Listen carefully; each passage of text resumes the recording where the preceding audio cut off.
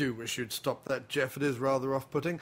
Okay, so before the after-movie diner can start, we here at the Radio Flange Goblet have got a little bit of spring cleaning to do. For this, we require at least something to cover our naughty bits, so if you will excuse me a moment. Ah, much better. Okay, so we've got some public notices. Could a Miss Nibbly Pringspume of trousers on the weft please move your large flowery lapels as they're blocking my view of the Andre Previn lookalike who's performing a saw-in-half trick on a small otter here at the Billings Flaps County Hall, Flem Gusset, Shropshire. Yes, please will you do that, Miss Nibbly Pring? That really is a fucking awful thing to do. Next...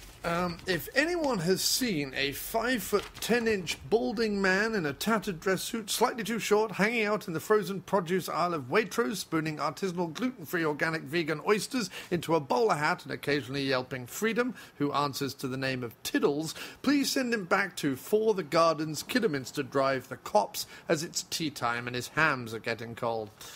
Well, indeed, who wouldn't want to miss those hams? And finally, could a Mr. Serengeti Hopscotch, I believe that's how it's pronounced, please stop sending us what seems to be close-up photographs of Andre Agassi's back fur? That would be greatly appreciated. We have all we need right now to paper the downstairs lavatory, and the excess are just taking up space in Nigel Havers. So now, after much rubbing and pursing of lips, here then is the after-movie diner. Jeff, will you give me that, you little shit?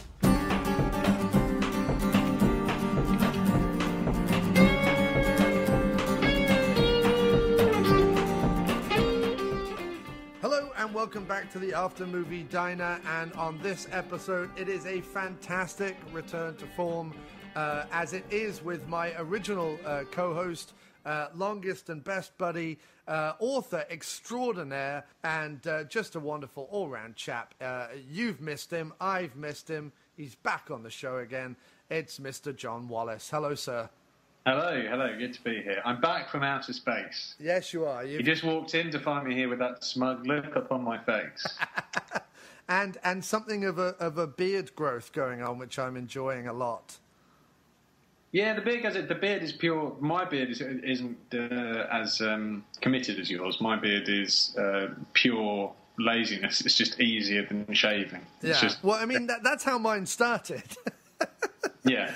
See, so mine grows, and then I give it a bit of a buzz, and then it grows, bit of a buzz, grow. I don't maintain it at a particular sort of ZZ Top length as you do. I don't even know how you handle that apart. It looks like you do it with shears or something. No, I don't. I don't actually trim it at all. This is just how it grows. It's kind of like, you'll remember, sir, that back when I was 16. And I got a really shitty haircut, so I was like, right, I'm never cutting my hair again, and I let it grow down to my tits. Yeah.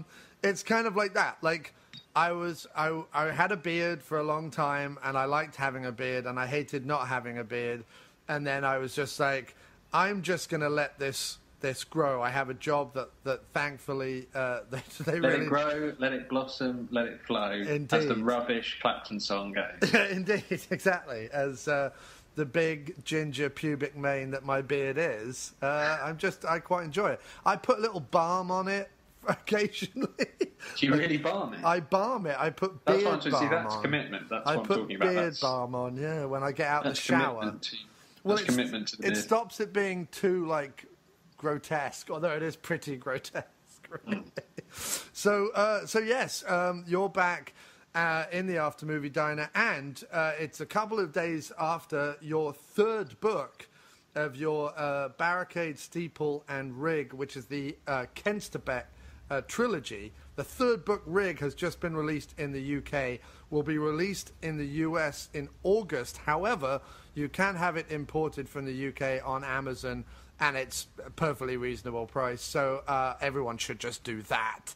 But why don't you tell us all about Rig, sir, and tell people, first of all, where they can find it, where you're going to be signing stuff, and also, what's it all about, Jeffrey? Well, that's very nice of you to plug me at the beginning, top of the show. Top of the show, Rig. Well, I'd say to anyone in the US who's listening, I would love it if you went out and got Barricade, which is the first book of the trilogy, and it's a The elevator pitch was it's a taxi driver in post-apocalyptic Britain driving on a journey from Edinburgh to London across a dystopian landscape of freaks, tribes, kings and weirdos. And it's funny, action-packed, gruesome, near-future science fiction. It's kind of like sci-fi / horror, really, which it wasn't intended to be, but it definitely is. And Barricade is dirt cheap on the ebook. I think on the ebook it's pretty cheap. So grab it on ebook, and if you like it, bung a review up, because that really helps. I was just about to say, we need to urge everybody, if you do go buy it, bung a review up, because reviews on Amazon. That's the way to go. There's a very popular meme that's been going around on Facebook all about how authors are practically small businesses, and the only way to get the word out is reviews on such things as Amazon. Just like with this podcast, the only way to get the news out is reviews on iTunes. So review everything, people, and just say how wonderful we all are, and give us stars and things. But yes, Barricade's awesome, and Steeple is also out, dude, on ebook and I think paperback on Amazon.com, because I think there's some warehouses that basically just will ship it anywhere, kind of thing. Yeah, so do it. It will make me, it'll make me very happy, basically, if you do it. So that's what it is, and it's. Well, you'll read some bloody fine writing, is what'll happen. You'll read some bloody fine writing. You'll enjoy it. They're like movies in books. So this is a movie show, but we also like reading.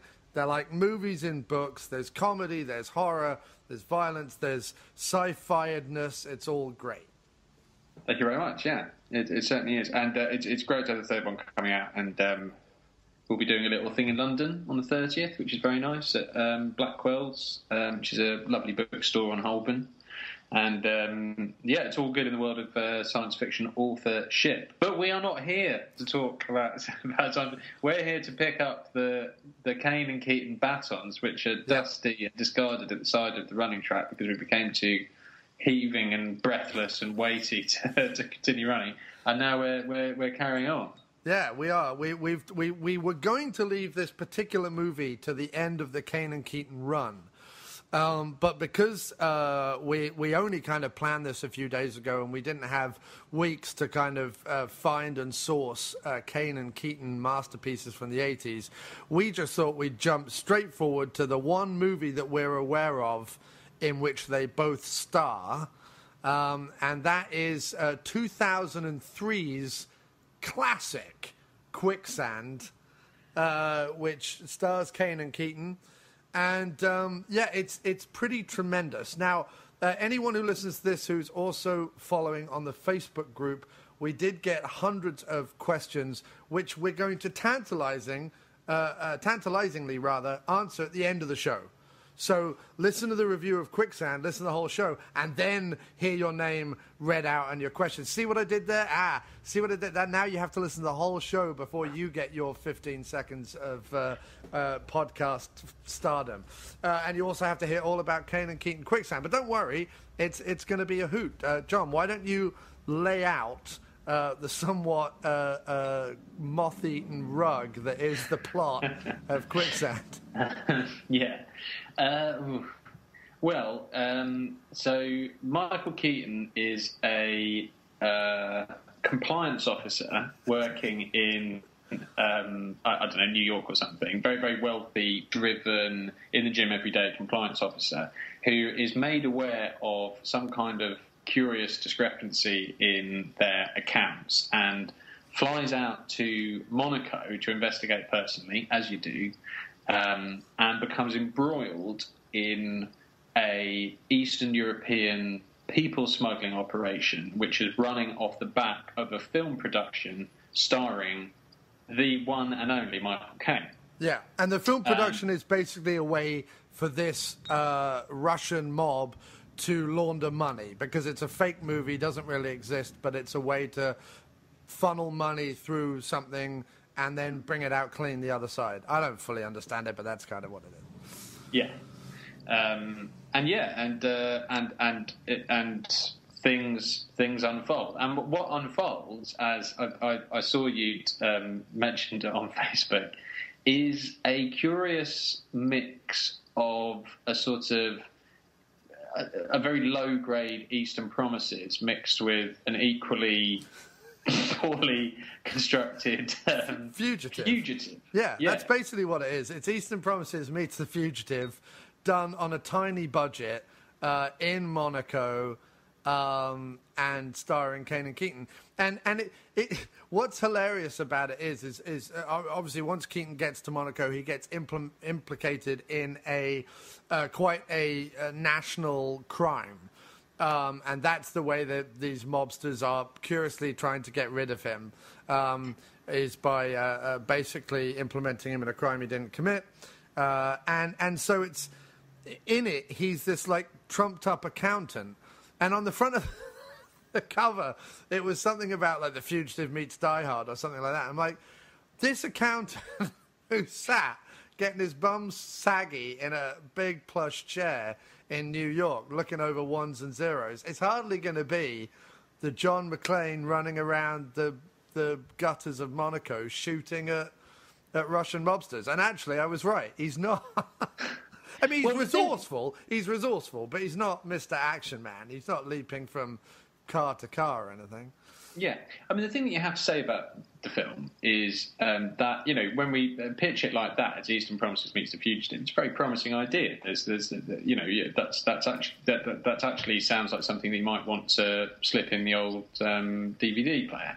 And there are like things, there are glimmers throughout of a film it could be.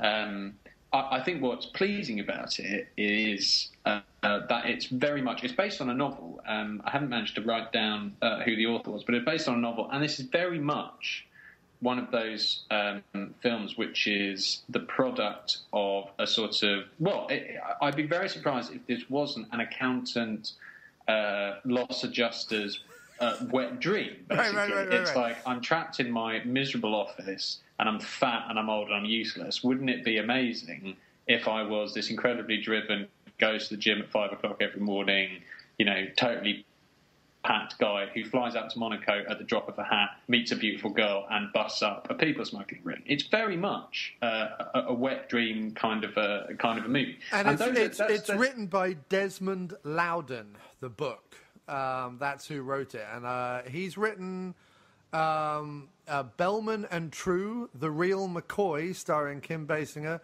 And also, he's probably a friend of Michael Caine's because he went on to write Shadowrun, that Caine also starred in 1998. So, in fact, it's directed by the guy, Quicksand is directed by the guy who made The Long Good Friday. So he's got to have been a friend of, like, Caine's got to be his buddy just through the Bob Hoskins connection. And I also think this is another cognac and cigars, yes, Michael Winner. Yeah. He also directed The Fourth Protocol, which has Michael Caine in it, right? Yeah, it's a Harry Palmer. Is it a Palmer novel, The Fourth Protocol? I think it's connected. I mean that's actually not such a terrible CV.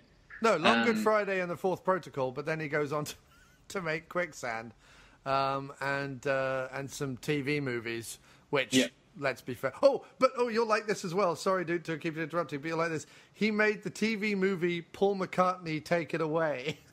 So there's even a McCartney connection in the rat's nest that is the background to this movie. Yeah. But I mean, you know, that's all of those. I meing, The Long Good Friday, which is just one of the greatest British films ever made, was originally started out as a TV movie. It had quite low production values.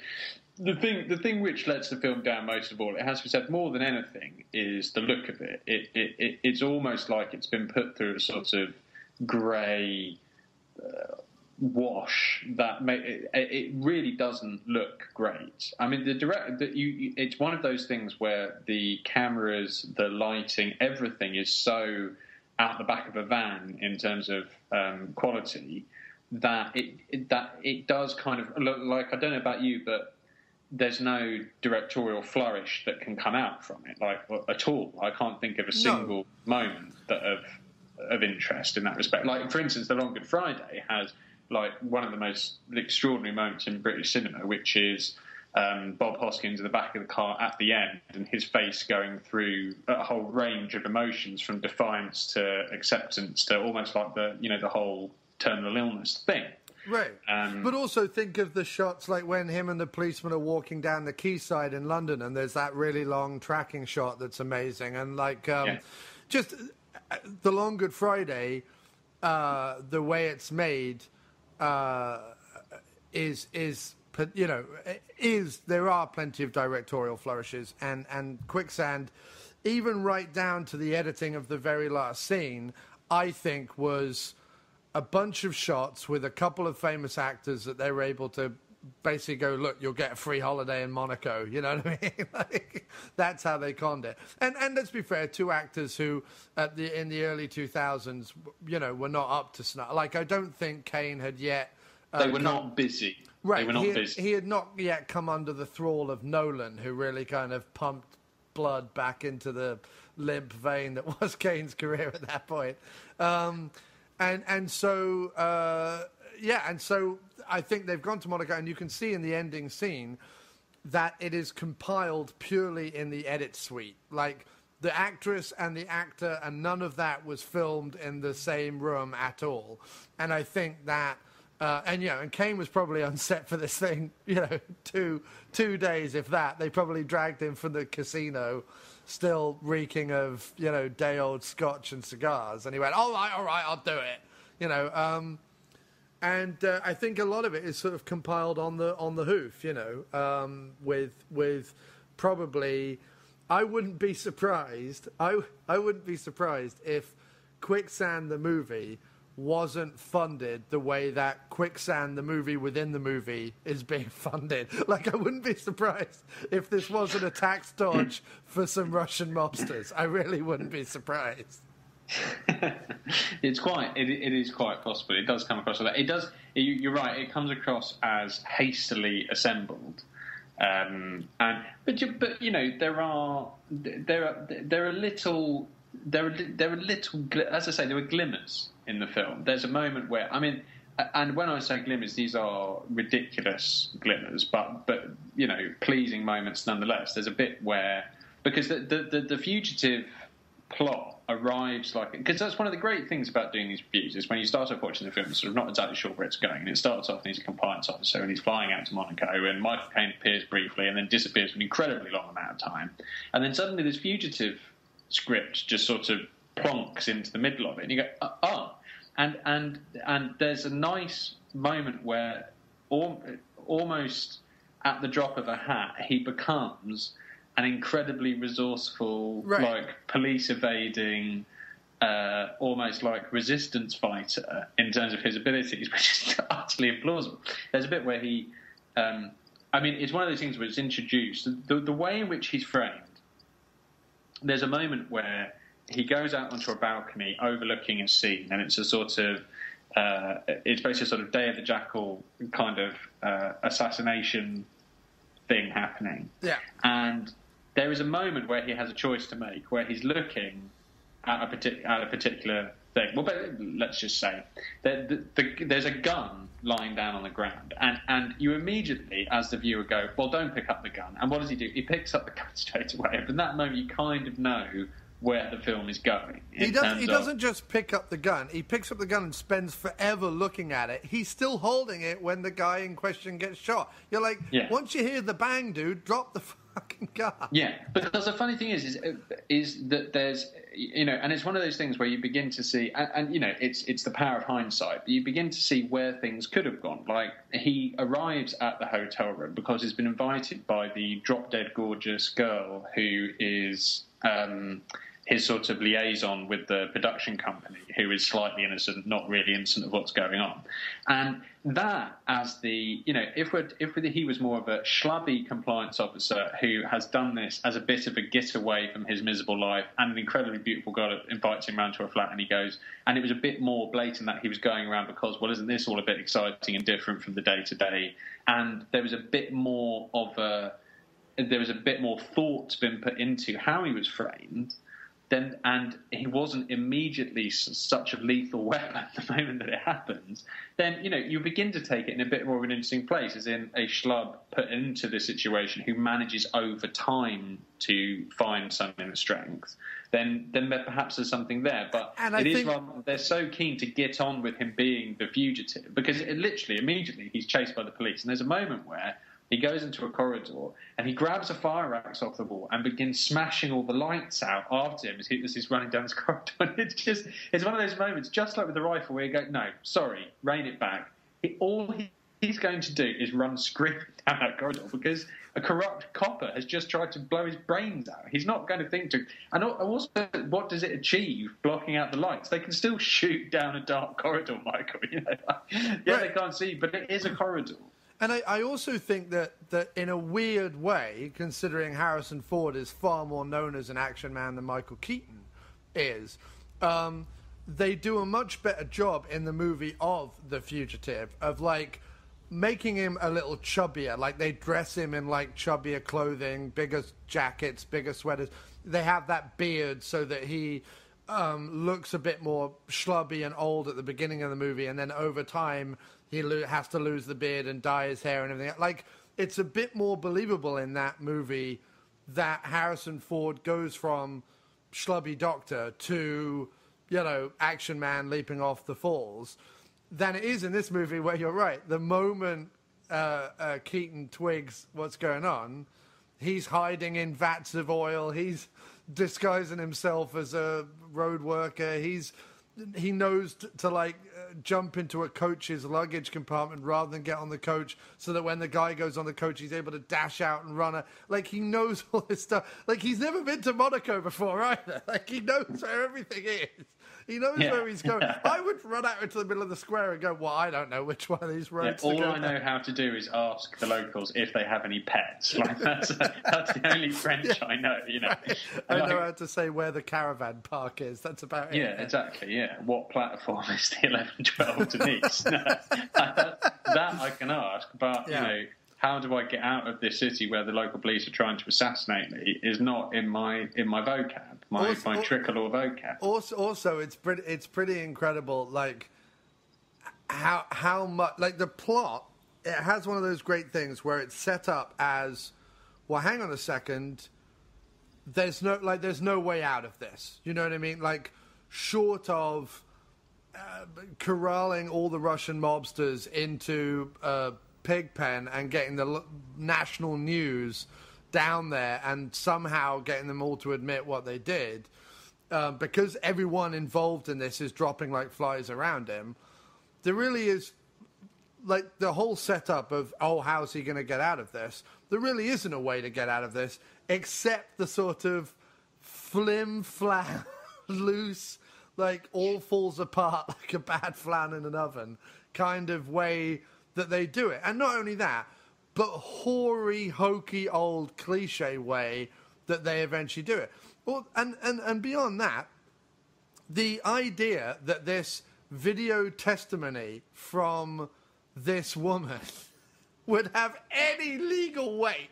Like, if you assassinate someone who is on the public payroll, right? He's a fairly big deal in this smallish community of Monaco. If you assassinate him, some bird on a grainy videotape cassette going, he's totally innocent, honestly, is hardly going to carry massive weight. No, but it's funny because it makes you think about things which are great about The Fugitive, and what I always find interesting about The Fugitive is when I go back and watch it, I think, like, this is a weird film because I don't particularly like Harrison Ford in this film, but I am totally gripped. Like, it's funny that way. I'm not really on Harrison's side in many ways, but yet I am totally gripped. And I think it's things like, it's like you said, they're best for introducing that sense of him building to something. There's those early scenes about where, when he's in the hospital and he ravenously eats this sandwich. It's just these little things, getting food, changing appearance, just figuring out that there are these little jobs he needs to do. Even the simplest thing is really hard to get done, and it's gripping and it's interesting. And in this, as we say, they're too impatient. It's not had enough runs of the script is the main thing. It's another one of these things where the script has got to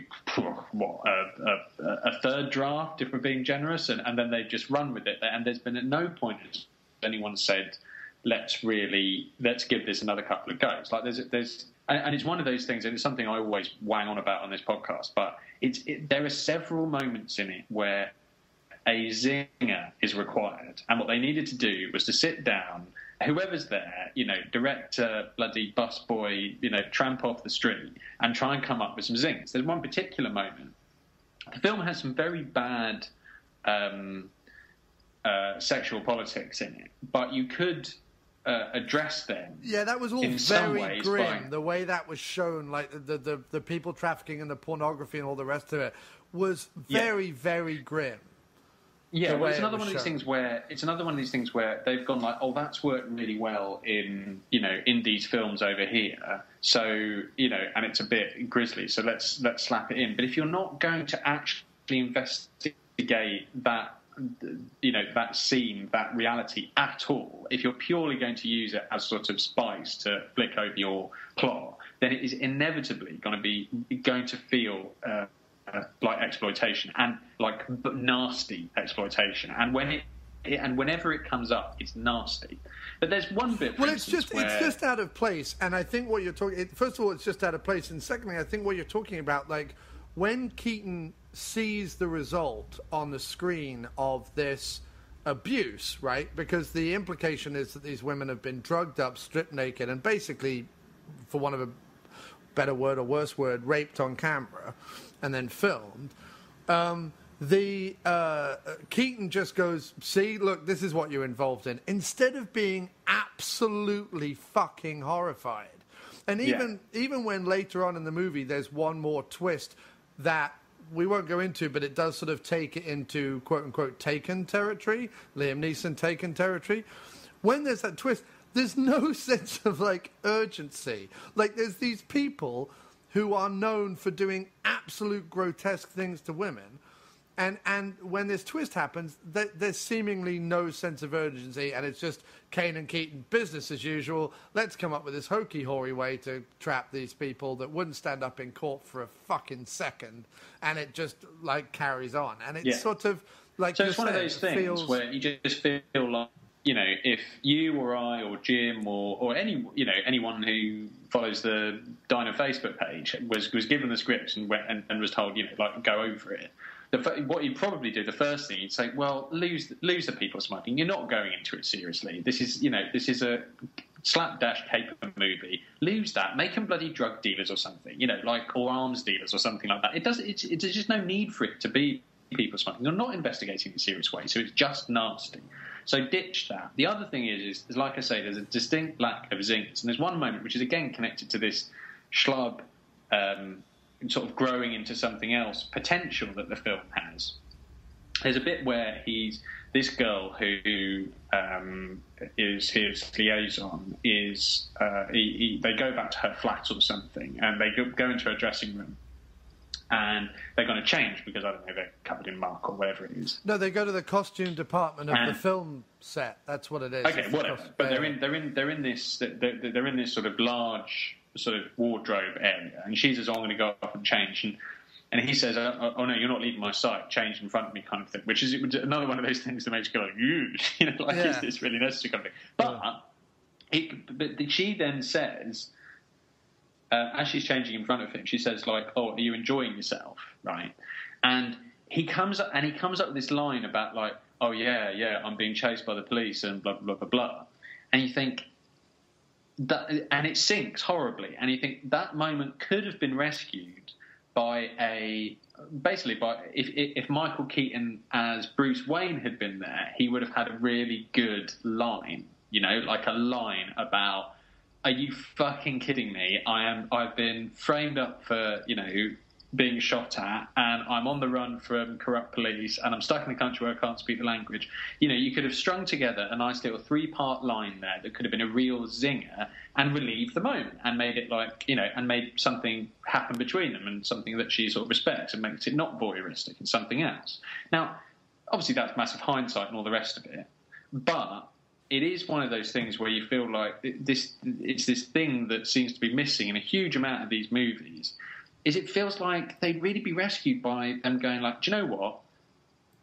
2 weeks before we make this thing, I'm just going to run the script by, Ted, that mate of mine who has come up with some good lines in the past or whatever, and just say to Ted, like, can you just give me your opinion and say if we should add in some lines here? And it could really bring it up a notch, not into anything special, but it really could help. Yeah, I agree completely. And it definitely needs...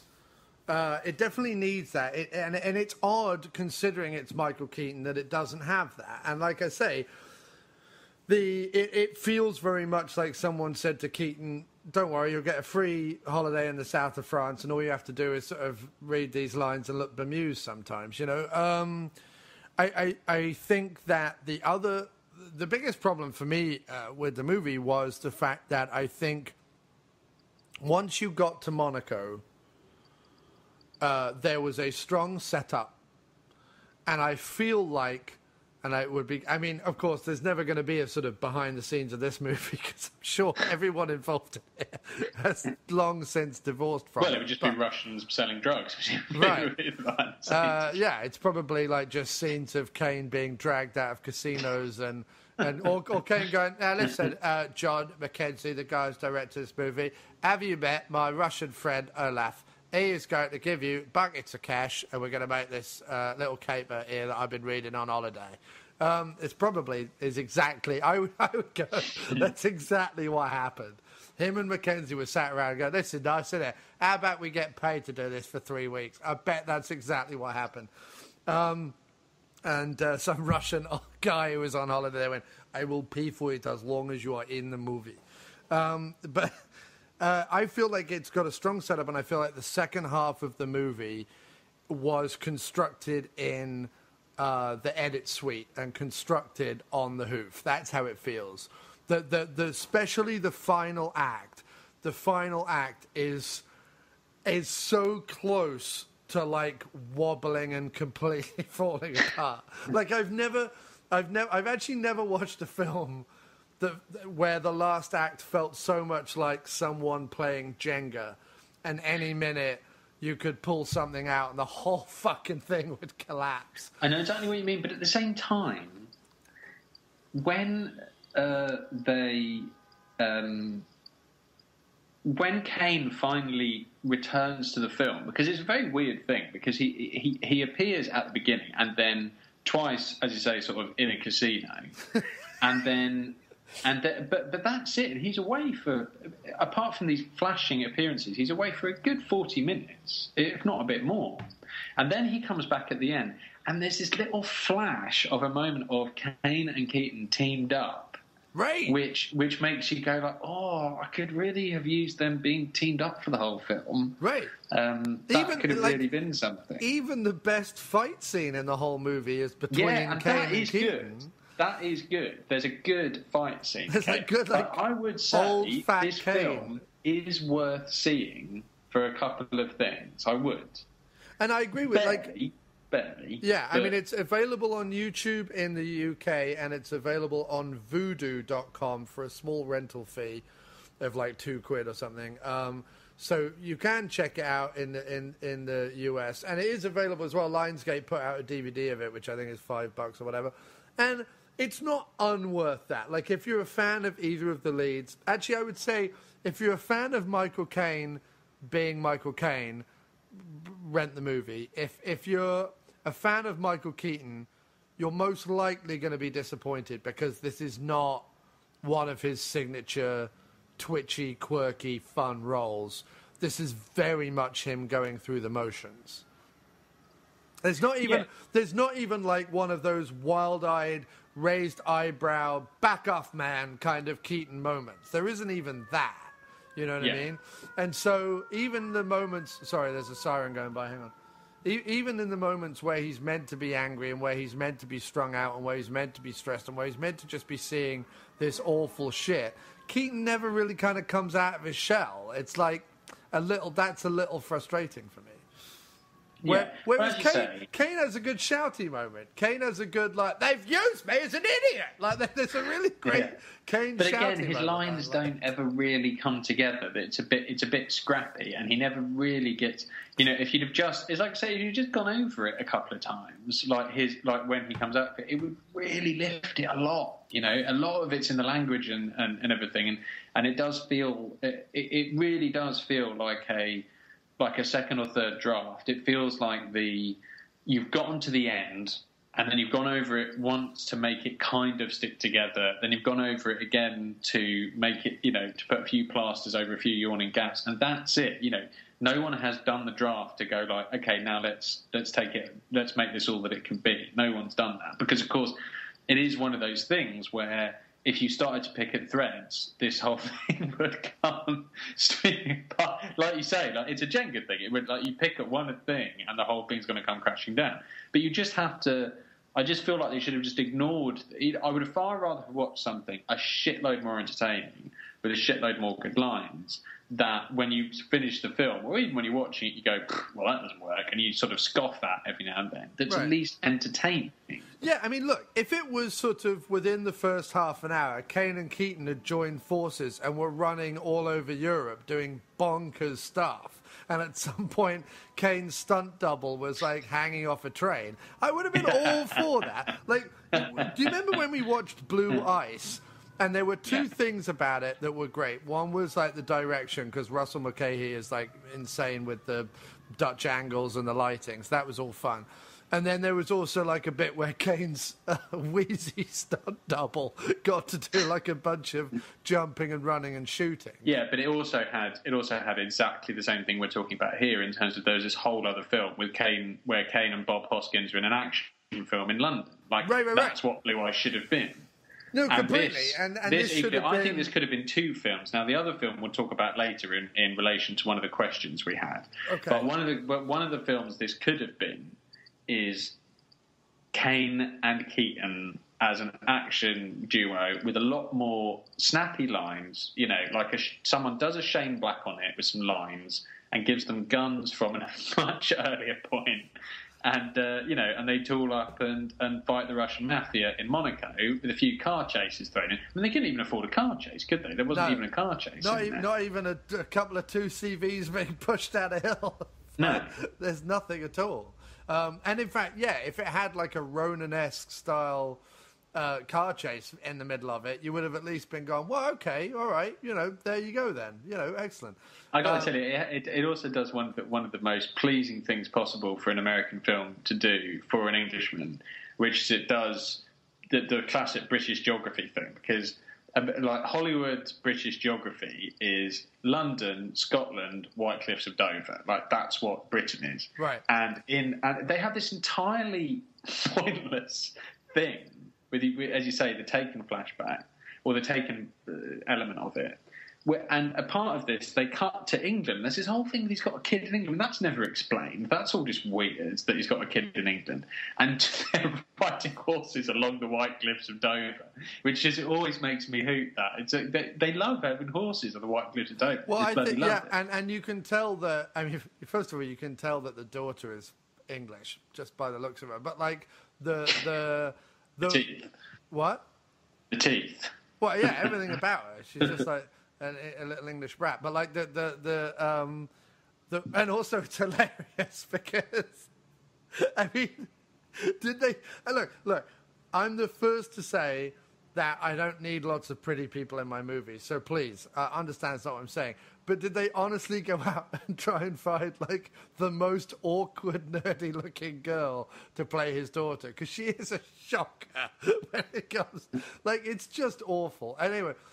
The woman playing his ex-wife, who now lives in England with some lord or something, I don't know, who owns the White Cliffs or something, who knows what's going on there. But, like, his ex-wife is clearly played by an English actress. I'm like, you couldn't have found an English actor, like all the people out of RADA. First of all, you couldn't have found an American living in London who could have done the 3 lines of dialogue. that this woman has. And like the worst American accent I've ever. I was just listening to it, just going. Is she doing an American accent? She's meant to be doing an American when she has that phone call. Oh, really? Oh. Yeah, when she has that phone conversation with him and like says like don't make promises you can't keep kind of thing, which again is never paid off at the end. Like I thought the end was going to be, you know, reconciliation with the daughter and the whole thing and blah, blah, blah, blah, blah. And then the end is this weirdly tacked on romantic. The two actors are clearly not in the same room and it's clearly built in the edit suite kind of ending, which just fucking stuck out like not just a sore thumb, but a thumb that's been sawn through the middle and is dangling off at the stem. Like it was really bad. But no, yeah, so that whole... the English thing and the wife and the kid, none of that, like you're right, none of that matters. What it was meant to be, it was meant to be the reason why he was going to Monaco, because Secretary Exposition, the woman at the beginning, there's a whole scene at the beginning where his pregnant secretary walks to the office with the new temp who's going to be... There's all this extraneous bullshit. What was that all about? You don't need to know any of this. But anyway, she walks through the office training the new temp who's going to be taken over for her while she goes off on maternity leave. She has the baby, by the way, in a matter of minutes with no stress or strain whatsoever. But... she's walking through the office and she's literally laying out every single person's character so that the rest of the movie can just play out. Like at no point in the rest of the movie is any of their characters ever developed beyond Secretary Exposition going through the office in the morning going, yeah, that's Jeff. Jeff really likes ham and was married. Is no longer married. He's got a French mistress, plays dominoes, like... That's Bill. He used to be with the CIA, but he's no longer with the CIA, and now he works in loss adjusting. And, like, it just went on. I was like, what am I watching? It was at that point that I was like, okay, even if this movie does have a few good moments in it, and even though you're right, like someone like Keaton should have said, listen, I'm going to improvise a few zingers, keep them if you want or don't if you don't, but like this script needs patching up right here and there. Even if he didn't do that, I knew we were in for a bumpy ride right at the beginning with the scriptwriter thinking the best way to introduce me to all these people is have an extraneous temp on maternity leave character. It's like, who never appeared again. The temp was just like being talked about stuff, and she was introduced as if she was going to play this central role, and then she just buggered off and never appeared again. Also, apparently, if an American national is in Monaco and is accused by the international media of shooting a head of police there, right? Apparently, the FBI will show up at your office, ask a temp a few questions, and then go, well, I guess nothing's happening here, and bugger off. Like, nobody does anything. There's all these people sat around in an office in New York having questions and conversations that are utterly irrelevant. Yeah. It's like, and it does do this thing, like you say, of mocking itself, because, you know, like the whole thing about, like, this probably was, like, Russian gun smugglers, like, funding this film. There's a thing where Caine actually has a line which is, I'm making a film and they're paying me a shitload. And you go, yes, that's what's happening, isn't it, Michael? That is what is happening. That's why you're there. You are there being paid a shitload. That's what's happening here. And it's actually in the film. It's amazing. Yeah, no, the whole Quicksand within the movie Quicksand, which, by the way, Quicksand again, I mean, I guess, like, oh, I'm being dragged down deeper or something. It's a bullshit title. But, because it should just be, you know, The Fugitive or something. Like, it should just be some awful mockbuster title, or like The Fugitive 2 or something. I don't know. But the movie within a movie, like, it just makes no sense whatsoever. Any of it. But I also really like that actor who shows up as the Russian he's mobster great. guy, Oleg. Yeah. His name is... There's a fabulous bit with Oleg where after he's kidnapped, because I'm just going to say, no one's going to watch this piece of shit. there's a bit where Oleg is sat at a table after he's kidnapped Keaton's daughter, and he's sitting there like eating his breakfast goulash or whatever, and the camera pans and he's got the daughter tied to a chair at his breakfast table. And I just think it's brilliant. He's like, is the table set? Yeah. Is the hostage ready? Because I'm not going to have breakfast without the hostage sat there with me at breakfast. It's just brilliant. Yeah, that was absolute. Well, again, that is one of those things where they're like, well, do we film a sequence where the henchman goes down, gets the daughter from another room where she's in a dungeon or whatever, blah, blah, blah, blah, blah.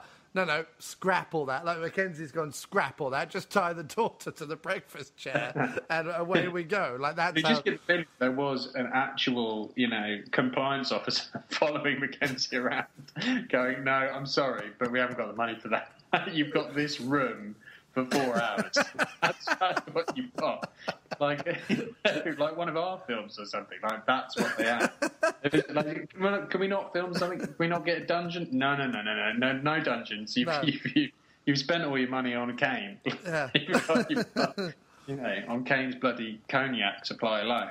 You've blown your dungeon budget. But I think that's the biggest shame for this movie, and funnily enough, it's a shame for another wasted opportunity, which was when Michael Winner got Roger Moore and Michael Caine to be in a movie, which is the infamous Bullseye, and that is, you have these two people, both of whom are known for doing, or can be known for doing pretty fun things in movies and pretty decent stuff in movies and pretty enjoyable stuff in movies, and instead of finding some sort of trans-European romp for them to be in where they're like quipping wise and punching mobsters, you have this somewhat cheap, ponderous thing where the most Caine does is either show up in bed with a beautiful woman or show up in a casino quaffing alcohol. And it's sort of a bit of a shame. You're kind of like, you kind of dropped the ball there, and you really, you really should have done more for the big Keaton Caine. Like, little did they know when they were making Quicksand that this would be the pinnacle of our podcast. But basically, they were both in the doldrums, and this is a doldrum event. And I'll tell you, if I let you know that when let me bring this back up again quickly. When Quicksand was first released, it went straight to video. Obviously, it didn't have a cinema release anywhere. But it was released straight to video. It had its video premiere in Denmark. Then when, not kidding, it took an entire year for it to come out in France, where it came out straight to TV. Didn't even get a DVD release in France. Got a TV premiere in Poland 3 months before I got a TV premiere in France. I have to say, for IMDb, I couldn't give a bollocks about the big movies. I love little information like this came out on DVD in Finland on the 10th of January in 2003. That I like to know. Didn't come out in the USA or the UK. It didn't come out in the USA till March, and didn't come out in the UK until November. So this languished for about a year before the American distribution even gave it a look in. So that tells you kind of all you need to know, really. Because people were not clamouring for a Caine and Keaton mix-up or match-up in 2003, clearly. Well, I think at that point we should move on to our big stack of questions. Yes, we should, definitely. And I think we've sort of said, like, if you're a fan of Caine or Keaton and you really want to sort of spend an hour and a half watching a fairly shoddily made, could have been more fun Fugitive ripoff, then you could do worse than Quicksand. Absolutely.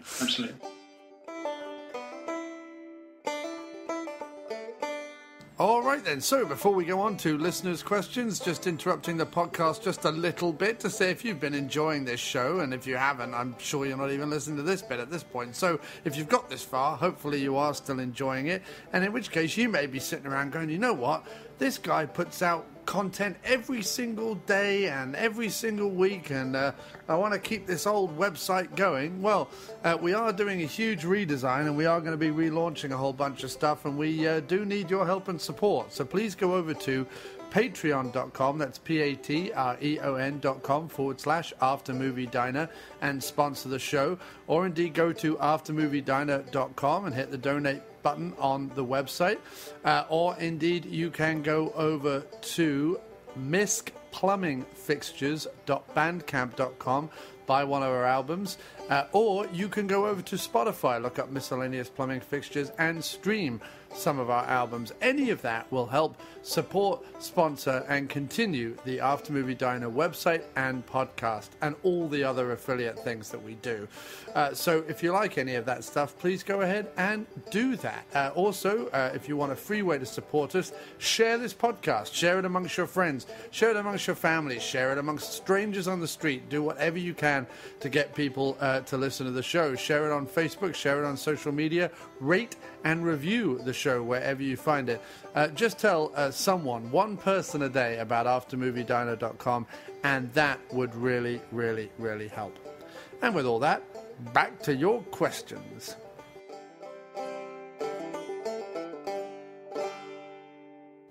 So we got a couple of questions the other day, and so we'll start with them, and then I'll go through the long ones. So let's start with Peter Pedro Osmond, who asks a rather insane question, Peter, but if you could have chocolate buttons for nipples or nipples for eyes, what would you choose? I understand that, right? I'm just going to go chocolate buttons for nipples, because nipples for eyes is just a horrific image that disturbed me when I saw it. So, also, would nipples for eyes, would they work as eyes but look like nipples, or would you just be blinded with nipple eyes? So, yeah, I'm going to go for chocolate buttons for nipples. Also, why is it that I strangely think we've answered that question before? I don't know. Anyway, so Jim, your brother and my regular co-host, asks, what movies should Caine and Keaton have been in together?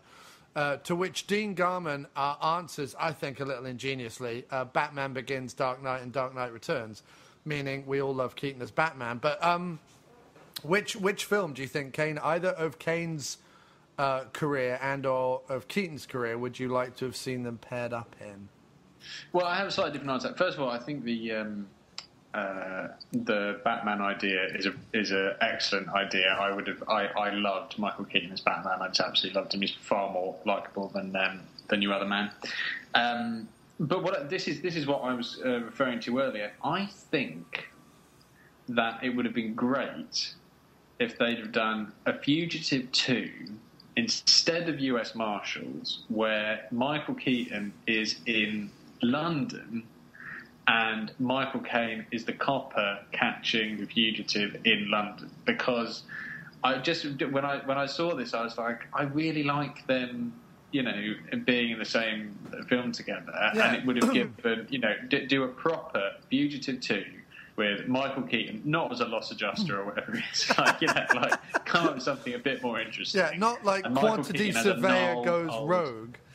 Yeah, Michael Caine as a gnarled old London copper set to track him down, and they could go all over it. You can have White Cliffs if you like, you can have Scotland if you like, and chasing him around Britain. That would have been excellent. Yeah, I mean, I just think Caine and Keaton, the one similarity they have is that when they're good, they're really good, and when they're bad, you kind of go, come on, guys. You know what I mean? Just come on. We know you're better than this.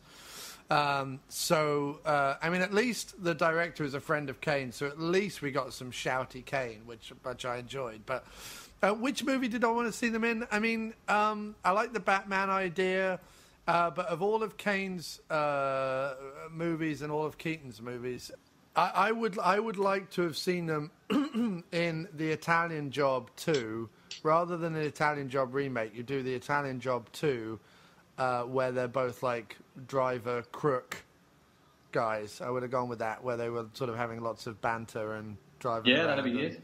I'm with you. I just want to see them do banter. Really, I just want them bantering and punching people on trains. Mm. So yeah, I would. It's just what I saw of Keaton as on the run, dressed as a cleaner and running through a European city kind of a thing. I was like, I could go for that if it was done properly. I could really go for him as a fugitive. And Caine should not be some washed about. Caine as as doing a proper cop part, which I'm not sure he's ever really done. Like, do a copper part, right. Niall Scotland Yard guy tracking him down, I would have really gone for that. I would have really gone for that as well. But as in terms of, like, any movie they've actually done, would I like to have put Caine in the role? I think Batman's probably the best answer we're going to get. Because, yeah, I mean, although I love Gough as Alfred. I thought Michael Gough was really good as Alfred. So maybe I don't want to lose Gough. I don't know. I need to have way more time, and I can't think off the top of my head. But I like your idea. Anything in which they're chasing each other and or running around together, possibly dressing up in funny hats. So then, next question. David Brighton asks, some films get better the more you see them. Some don't hold up to a second viewing. But if you could wipe your memory of it and watch one film again for the first time, what would it be? Now, I think this is a really great question. However, I think that the danger with it is, for example, I loved watching Army of Darkness for the first time. Like, watching Army of Darkness for the first time, I was like, this is the kind of character I've always wanted to see on film. These are the kind of lines I've always wanted to see on film. Like, this was awesome.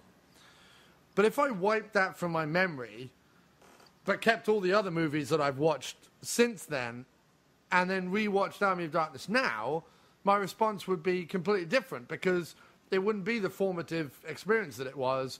It would be tarnished with the fact I've now subsequently seen lots of movies in which there are sort of wisecracking anti-heroes and blah, blah, blah, blah, blah. It's just when I was 13 and I saw that one, I hadn't seen all the movies that I've seen now. So I think that while it's a fascinating question, and your immediate jump to is to find one of your favorite films that you really enjoyed watching and think about seeing it again, I actually think the first time I saw a lot of movies inform what it is that I love about those movies. So I wouldn't necessarily want a do-over. I think what I would pick is probably a film that I didn't like the first time and then subsequently have kind of grown to like, maybe. And maybe I'd want to watch that for the first time with hindsight. But do you have an answer for this, too? Well, I know exactly what you mean. But I think I could pick one that would not affect that thing of, as you say, formative experience, because I think a film like Monty Python and the Holy Grail, I could have watched all the rest of Monty Python and have had exactly the same Monty Python thing. And if someone just took out Holy Grail, if I somehow was ignorant of the Holy Grail and the Holy Grail was given to me afresh, that would be a heck of a something, because I can quote that film from start to finish. I can quote that thing to the extent that there is almost no point in watching it now, because right. I just know every single beat of that film. Yeah. And it so blew me, and it remains my favourite Monty Python film because of the way it looks, because it does so well on such a cheap budget and all the rest of it. Completely blew me away. But if I'd have had Life of Brian, if I'd have had Meaning of Life, if I'd have had Series 1 through 3, if I'd have had, Fawlty Towers and all the other spin-off stuff, I could happily have suddenly had Holy Grail produced for me now, and I'd be a very happy boy indeed. Yeah, that's a really good choice. That is a really good choice, because it's not informed by anything else. Although, if I'd seen, for example, though, Young Frankenstein, Blazing Saddles, and like Robin Hood Men in Tights and stuff like that, and then I saw Holy Grail. But no, I mean, it's still an original enough and bonkers enough movie that I think that would work. But no, I can't think off the top of my head. But it's a really good question, Dave. Okay, so David asks the second question. If I'm allowed a second, have you seen any films that you wish you hadn't? Not in a that was a waste of 2 hours type way. We've all had plenty of those. Or Losing the Remote when an Adam Sandler movie is up next. But one that actually had a negative impact on your enjoyment of film in general. Yeah, that's a really tricky one. I can all that I could think of in those experiences were they pretty much all fall under the, that was a waste of 2.5 hours of my life kind of a thing. I mean, I can think of, for instance, I had a particularly unpleasant experience when I came back from. I was really, it was one of those early 20s jobs that you can't stand, and you come back for, working in a bar, and you come back at 3 a.m, and I was living with my mum after uni and everything. And I came back and I watched the original German Funny Games, which is just one of, and it was at 2 o'clock in the morning. I didn't know what it was. Yeah. And it was just, in fact, the Germans, produced both examples I can think of. There was that, which was just, it's an accomplishment, but what it accomplishes, I don't know that it really adds anything to our lives apart from sort of despair and ennui. Yeah, right. And the other example of that I can think of is one time I sat hambled down to watch The White Ribbon, because I think Kermode had recommended this or something. And again, it was just horrible. It was just a horrible, horrible thing. So that's the best way I can answer that question, is just in terms of things which are just so horrible. Because I can think of other films that are horrible that, strangely, I wouldn't regret having seen. I mean, even though Irreversible is like a supremely horrible film, it at least has a way of, like, that crazy way of telling the story that makes you go, oh my God, this is completely bananas. But the Germans have produced films that have made me just despairing and yeah. I mean, for me,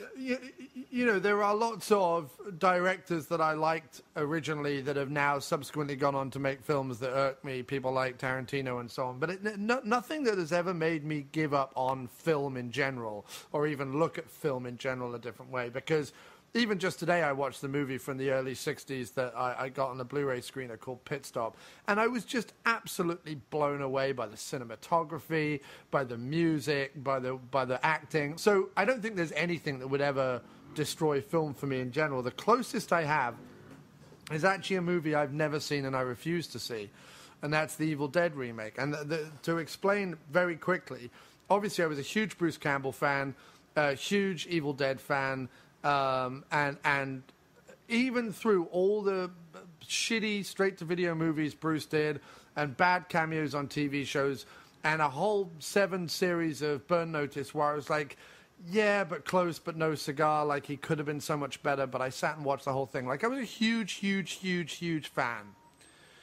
And the Evil Dead remake came out. First of all, that was a kick in the gut because the 3 guys produced it. Sam, Rob, and Bruce produced it, who made the original, which really bothered me. But then secondly, he went up in conventions and basically blamed the fans. Like, he was basically like, you wanted another Evil Dead, we gave you one, tough. And he was a jerk about it. He was just a flat-out jerk about it. And he could have been much better about it. He could have gone, look, I have kids who need to go to college, or if I wasn't producing it, Sam and Rob would have done it without me. At least I felt like I could have somehow guided it better by being there and stuff like that. Like, he could have said any number of things, and instead he was an arsehole about it. And that put the kibosh on me watching Bruce stuff for the longest time. And it wasn't until I got together with Kim and we watched the Evil Dead TV series, and we rewatched a couple of the movies that he made for Sci-Fi Channel that Kim hadn't seen and some other stuff, that I slowly rekindled my flame with Bruce Campbell. But that was an instance where a film that I haven't even seen destroyed a genuine love of stuff. Like, every time I went to my shelf and I looked at my Bruce Campbell collection, I couldn't bring myself to watch any of them, even ones that I consider classics, because the bad taste was left in my mouth. So that's the best example I have there of a movie that almost wrecked film and Bruce for me, which was one I haven't even seen and refused to see. So Mark Burns asks, if you could pick one film to get an all-singing, all-dancing, extra special, shiny, golden edition release on Blu-ray, what would it be? You, John. That's a tricky one. I think it would have to be one of my sort of weird, more random films that I really, really love, because I'd love to know a bit more about it. So I did have a think about that one, and I thought I'd really love if there were extras to be had and there was stuff to be seen, I would really love to have an all-singing, all-dancing Real Men with Jim Belushi. That's a great one. That's a great one. Yeah. Because Real Men was like was one of the VHSs that I used to take off my shelf and look at and just sort of grin, because I always felt like it's one of those films that a lot of people, the kind of film that a lot of people have where you're sort of like, this is my little discovery, this. Like, not many people know about this, and it's an absolute fucking gem. So I'd go for Real Men with Jim Belushi and who's the other guy in it? John Ritter. Yeah. Hi, I'm Bob Wilson. Love that movie. In fact, yeah, I mean, there's loads of movies like that you and I used to watch growing up. The Burbs, but I think The Burbs has subsequently had an all-singing, all-dancing release in the UK anyway. I think Arrow has done a Burbs release. But for me, it's two movies. Brain Candy, Kids in the Hall. I know they fucking hated making it. I know they, had real problems at the time, but they've almost now, with recent interviews about it, because I think it was 20 years old recently or something, and I think they've it's the thing around their neck that they've learned to love over time. But I think I would absolutely love an all-singing, all-dancing version of Brain Candy.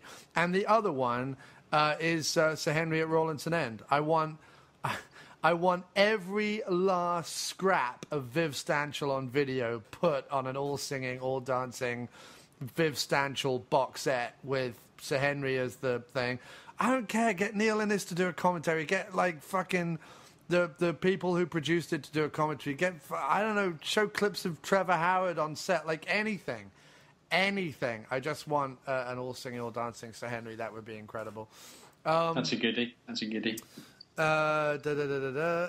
There's a question, did you hide the remote on purpose when Jack and Jill came on TV? I think that's a reference to Adam Sandler movie, so I don't know.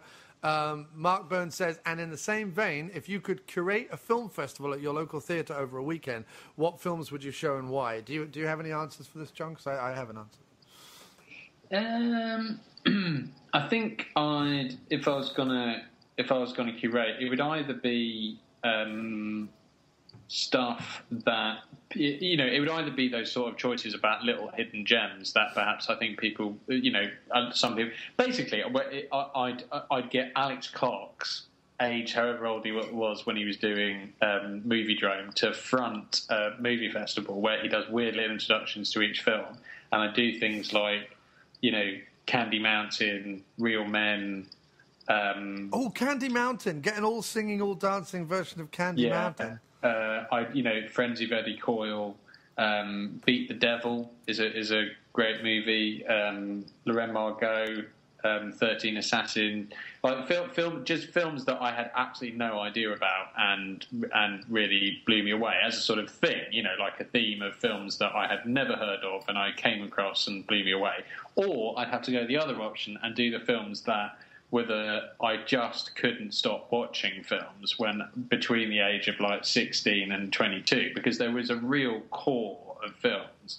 And when I was actually writing down earlier, I thought, blimey, that is, they're actually quite big films in many ways, but it would be things like, the core was stuff like Trainspotting, Usual Suspects, Big Lebowski, Out of Sight, Royal Tenenbaums, Fear and Loathing. It's they were the films that I could just watch again and again and again and again. Yeah, and I think Fear and Loathing and The Big Lebowski and a couple of others already kind of get screened at sort of retro houses here in New York a lot. So, but no, I could answer this a million different ways, you know what I mean? I could do a Pam Grier-a-thon, I could do a Cynthia Rothroth-a-thon. There's a whole bunch of sort of different things that I would do. I would, personally, if I only got the one chance, I would want to do, if it was over a weekend, the first day would be all Don Dola movies, especially Blood Massacre and Alien Factor and Fiend. They would definitely be the core three that I would want screened of Don Dola movies. And then I would want a retrospective of my friends Charlie and Farley, who make Don't Let the River Beast Get You and Manch Vegas and Freaky Farley. And I'd love to see them on the big screens. Ending out with, of course, Slingshot Cops coming out this fall with me in it. That would be amazing.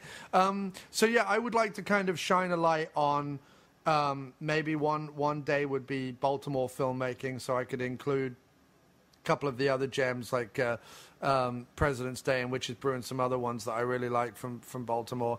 And then the second day would be a Motor and Media Shock Marathons Day, just because I would love to like shine a light on those guys. However, if I was going to pick sort of a whole collection of different movies, then I would definitely screen Sir Henry. I would definitely screen Blood Massacre. I would definitely screen Above the Law, the Cynthia Rothrock Hong Kong movie. Candy Mountain, like those kind of. The other thing which we would do together is we would do a Woods and Weller screen. I mean, fuck yes, yes. And we would do Blue Jean Cop, and we would do. Oh God, yeah. I would do a Glickenhaus Fest. I could do a Glickenhaus Fest over. I would have McBain and Blue Jean Cop. I mean, there's too many. The Exterminator, like, there's too many. I should just own a movie theater, and that should just be my job. It really should be my job to curate it.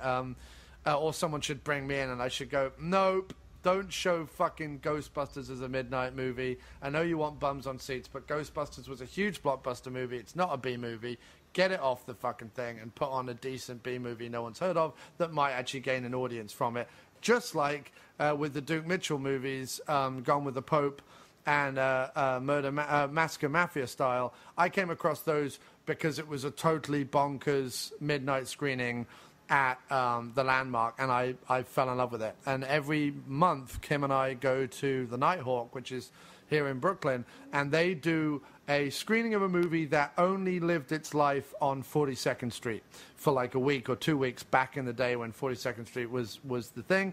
And we have seen so many movies that we've come out of and either gone, well, that was weird, or we've come out of it and gone, that was amazing, or we've come out of it and gone, I didn't like that one. But we've had so many experiences where we're just like, that was really great. And I would want to create a festival where people would come in and be like, you know what, they weren't all classics, but I definitely want to see more of that one and that one and that one. You know what I mean? Like that kind of thing where people are discovering new things. So that would definitely be one of the things that I'd want to try and build into my weekend of movies. But it would definitely be a bucket list thing. I would definitely love to curate a film festival for a weekend. Ian Brown asks, what is your version on string theory and can I get a quote? I don't understand that. You're the sci-fi writer. Do you understand anything about that? No? No. Grant Knock asks, what is your favorite movie genre and why? Well, I should say science fiction, and I love loads of science fiction, from Invasion of the Body Snatchers all the way up to Aliens or what have you. But actually, I think perhaps my favourite is, because when I was writing down the the favourite movies, I think maybe my favourite movie genre is crime, actually. I think I really like crime movies. They tend to be the ones that I, like Out of Sight, like Usual Suspects, older stuff like Rear Window, like Bad Day at Black Rock, like sort of thrillers, like crime thrillers. I think I can really get into in a big way. Yeah, I mean, my favourite type of story is the detective story, and I can watch detective stories, so crime, murder, whatever. I can watch those whether it's like Zodiac, like where they don't find out who it is, but it's just incredibly cool and in depth, or JFK is another one like that that's kind of sprawling and there's like a detective story, or something traditional like Sherlock Holmes or Inspector Morse or whatever. That's like my favorite thing, a good, well-written detective story. Rear Window would be another great example of that. Strangers on a Train. Like, there's a whole bunch. Like, that kind of thing is definitely my favorite. The Marlowe ones with Bogart, Maltese Falcon. But, I love those kind of movies. And then my B genres are horror and action. I can pretty much watch any horror movie and any action movie and pretty much sit through any of those. Okay, coming down to the end now. Chris Leatherman says, are there any films you've done episodes on that you have since changed your opinion? For example, Megaforce. My opinion on Megaforce has not changed. It's a fun camp movie, but it doesn't have enough... Like, beyond that, it doesn't have enough going on in it for me to kind of reconsider. I mean, it's a fine movie to put on if you want to laugh at ridiculous tight jumpsuits and stupid neckerchiefs. Like, yeah, okay. But it needs to have... Like, for me, I can't just watch a movie because it's a bit camp and a bit ridiculously costumed and just sort of laugh at it. It's not really what I like doing. So I haven't changed my mind on Megaforce. Are there any movies that we've covered that I've changed my mind on? I mean, yeah, my opinions tend to evolve and change, but I mean, not to any kind of like great shakes. I forget what I said about The Dark Knight Rises, for example, on the podcast, but since then I've tried to rewatch it 3 or 4 times, and I'm of the opinion it's one of the worst films ever made. So that's changed for the worst. In fact, a lot of the comic book movies, weirdly enough, I would probably go back, having rewatched them all now a bunch of times, I would probably go back and change my opinion to be even more negative on them than I was originally. I've come to the end of that. Any for you, Chief, that we've covered? No, I can't think of any that I've really come around on that we've covered anyway. I can't really think of that many that I've come around on in general, because I'm not like you. I don't tend to rewatch things several times. I tend to sort of I went through. I did that from sort of 18 to 24. Like I say, I had that core that I just watched again and again and again and again and again. But other films, I tend to just give the once and maybe the twice. Or there's stuff like, if anything, the only example I can think of that vaguely comes close is something weirdly like Waterworld, where it's on telly all the time in the UK. I don't know about the USA, but it's just on telly all the time. So I've watched it quite a few times, and the more I watch it, the more I like it. So I think that's definitely one that a lot of people have had a sort of revisionist history on. You know what I mean? Like, a lot of people have changed over time with that movie. Like, I think when it came out, the story was... It's a bit like Baron Munchausen. The story was, look at all this massive money that's been lost and wasted and a bomb, and, you know, it's the worst movie because it's a bomb and because it lost all this money. When actually, if you go back and watch it years later and not actually give a shit about the budget, just watch it for the story it's telling, it's quite fun. Same for Baron Munchausen. I've always loved Baron Munchausen. I love Baron Munchausen now and love Baron Munchausen then. And critics, you know, giving it shit and whatever because it lost a bunch of money really doesn't affect me. Interestingly enough, doing Blue Steel last week with Jim, my opinion on the movie changed as we were discussing it. Like, by the time we were done discussing it, I liked it more than when I immediately left the cinema. So I don't know if that counts as an answer, but let's wrap it up with actually, I'm scrolling down, I'm seeing a few more. Okay. Grant Knox says, what is your favorite decade for movies and why? Mark Burns says, for me, it's the 70s.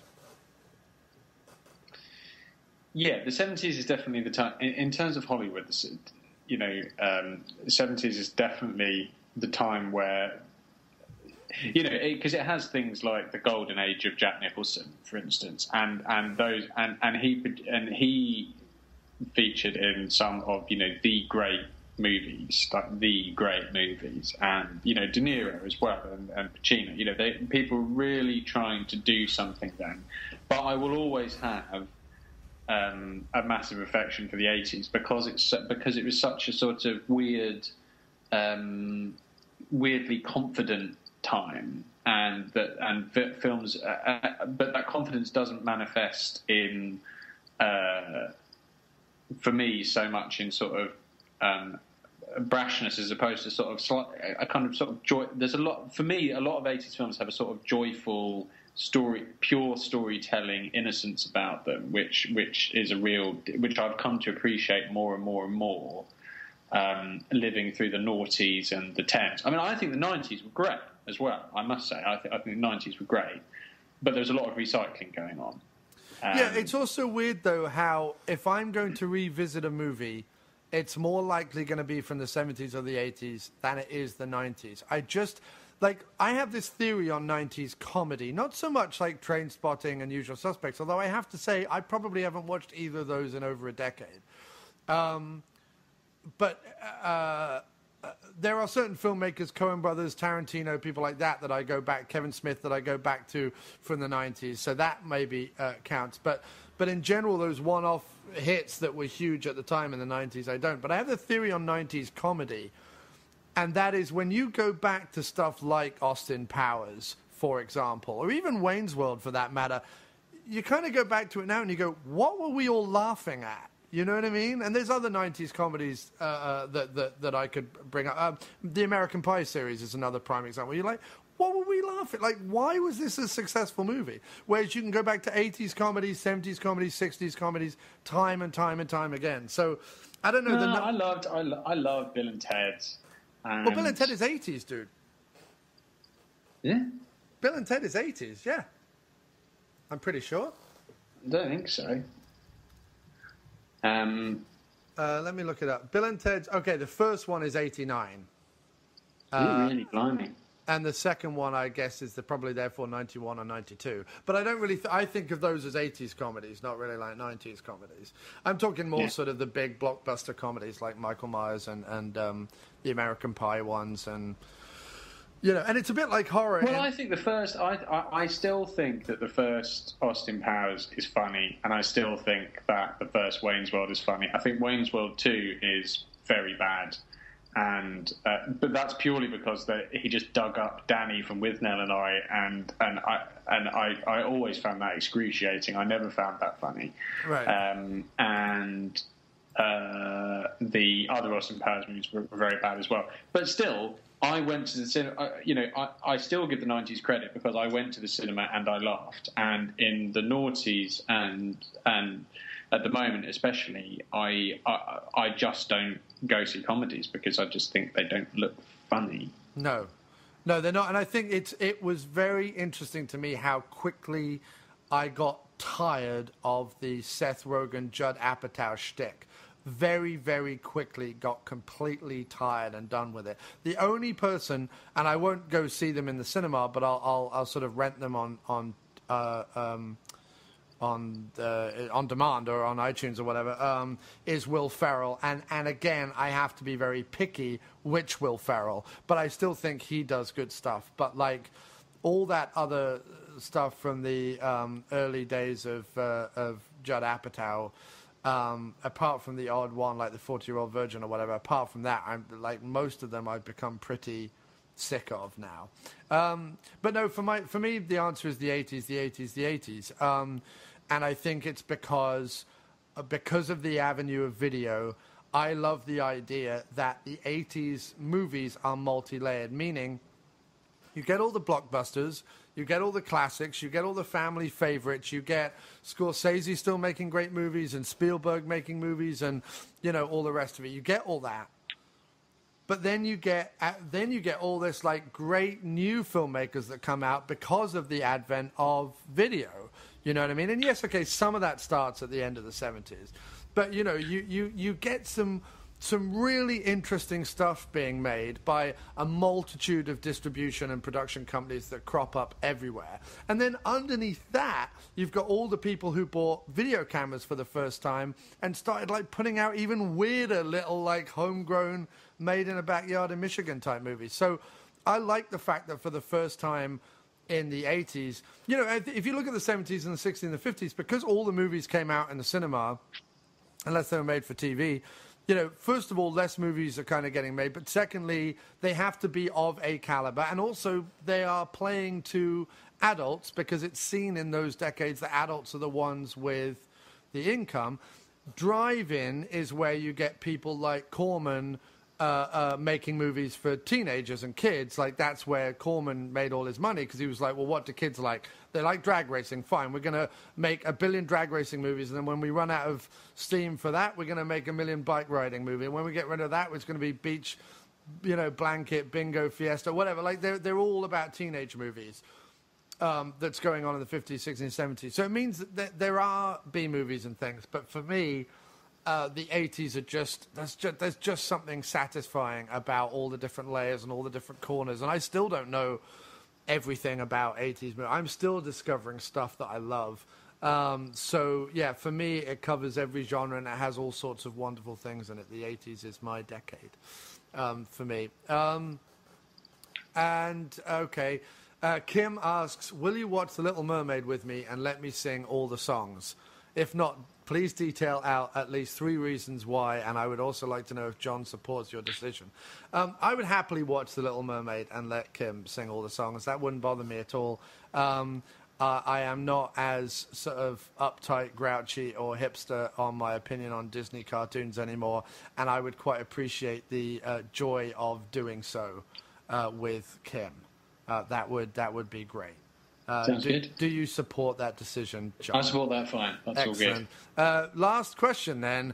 Vicky Drury asks, it's Father's Day tomorrow here in the UK and here in the US as well. What is your favourite movie to watch with your father, I think, or your favourite father-themed film?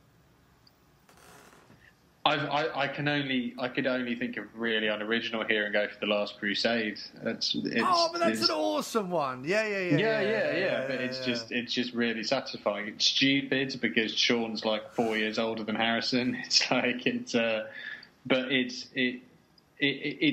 do a really nice. They find a really nice comedy strand out of the father-son thing, which is quite rare. It's not a hackneyed old trope, and I thought it was done really well. And yeah, I mean, I would go for that. Outside of sort of Real Men or Taken or The Burbs, which all feature great leading men who are fathers, I agree. Like Last Crusade, I could that's one of those for me where if it's on, I'm watching it. You know what I mean? If it's on, I get completely drawn into it.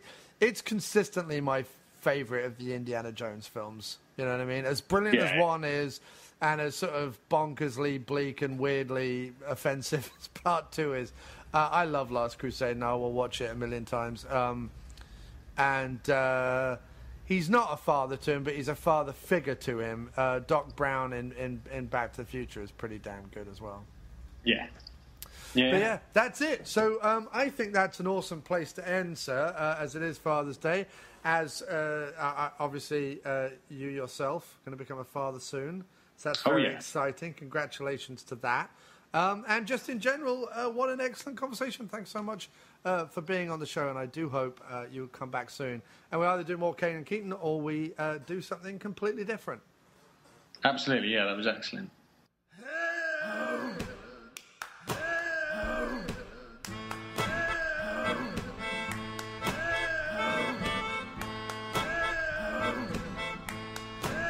They call it quicksand when you want it for a crime that you didn't commit. They call it quicksand when you're sinking up to your neck in it. Quicksand, and you're the accountant on the run, being stuck in quicksand. Oh man, it's really not too much fun. Running across Monaco, not knowing next where you will go. Will you find luck in a casino? No, 'cause of quicksand. Maybe Michael Caine can help you when you're in quicksand. Or maybe the femme fatale will do. But she's in quicksand, 'cause there's Russian mobsters on her tail. They'll find you in quicksand. But will you live to tell the tale? To add injury to insult. Your daughter's kidnapped and it's all your fault. You took the fight to them, you thought you'd revolt. Don't.